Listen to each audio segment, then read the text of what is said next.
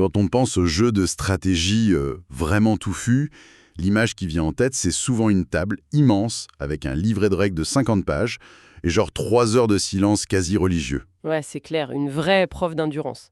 Et c'est d'ailleurs la marque de fabrique de l'éditeur Super Meeple en fait. Leurs jeux experts sont historiquement réputés pour bien faire fondre les neurones sur la durée. C'est exactement pour ça qu'en écrivant notre article sur leur tout nouveau jeu, Mythologies, le choc a été total.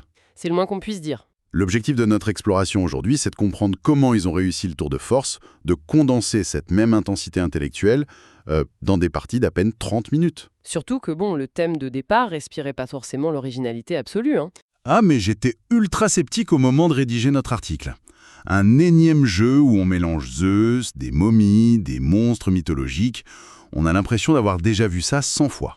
C'est ça. On se dit, encore un jeu sur les dieux. Mais après la première partie de test, la claque. J'ai tout de suite compris pourquoi il y avait des heures de queue ininterrompues devant leur stand au dernier festival de Cannes. Pour comprendre cet engouement, il faut vraiment regarder le moteur du jeu. L'illusion de simplicité est parfaite. Toute la partie se résume à poser très exactement 8 malheureuses cartes sur une petite grille de 3 par 3. Et c'est tout. Attends, pause. 8 cartes au total? Ouais, juste 8. Mais comment on peut bâtir une véritable stratégie avec seulement 8 décisions? Ça ressemble un peu à un système où on tire une carte au hasard en priant pour que ce soit la bonne. Alors, ce serait totalement le cas sans la mécanique de la destinée en fait. Le jeu utilise un système de draft. En gros, les participants doivent choisir leurs cartes dans une réserve commune et laisser le reste aux adversaires. D'accord. Sauf qu'ici, la contrainte est redoutable.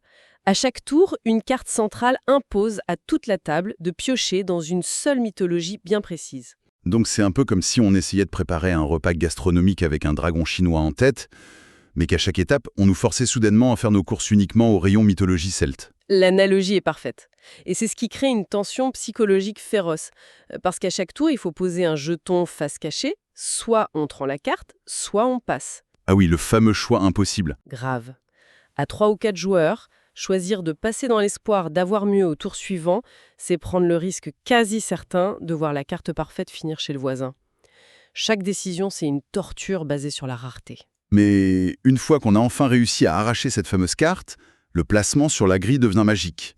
On ne fait pas que la poser bêtement. Non, il y a les adjacences. Exactement. Chaque carte a des flèches et des conditions.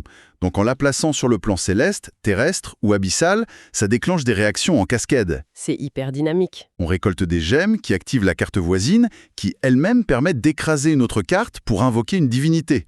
Le moteur de combo est vraiment viscéral. Ce système d'optimisation spatiale est brillant, oui.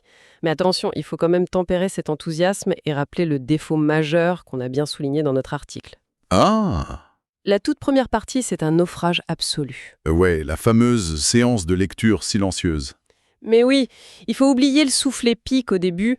Comme chaque carte a des petits textes et des pictogrammes dans tous les sens, tout le monde passe son temps le nez collé à la table.